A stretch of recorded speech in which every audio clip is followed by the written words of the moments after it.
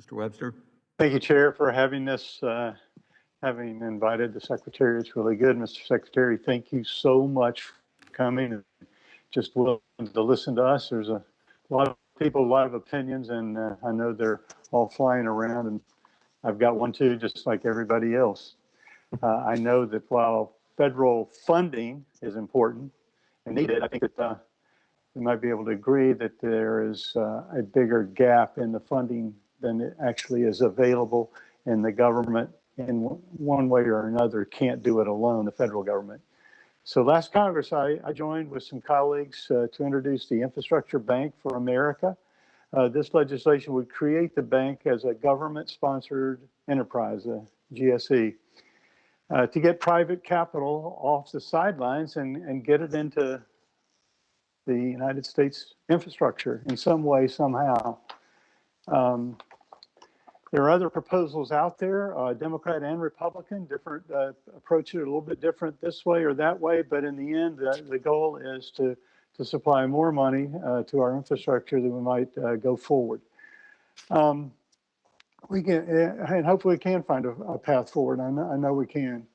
It's my belief that we've got to create a mechanism to make it easier for individuals, pension funds, other investments to be attracted to our America's infrastructure.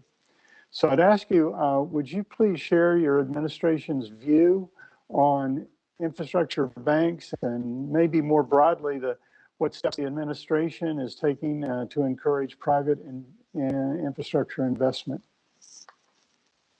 Well, thank you so much for raising this. And in fairness, having listed the kind of go-to pay-fors we know of on the public side, fees, taxation, and borrowing, it would be a mistake to neglect the possibility of mobilizing private capital too. And I think the concept of an infrastructure bank is among the attractive ideas that could help us to do that. And I think it certainly deserves to be considered as we're forming our ultimate stack of how we can get the most investment done.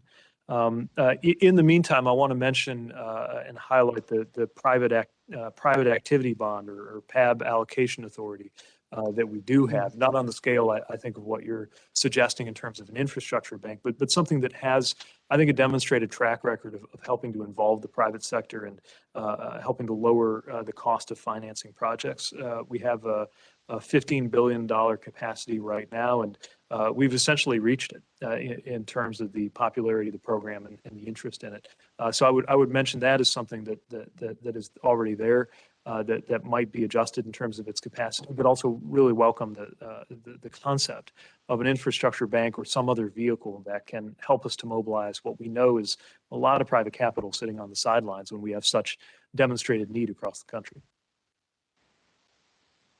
Thank you so much for that answer, and I look forward to working with you in the future, and maybe we can come up with something that everybody could agree with to put more money into infrastructure. Yield back.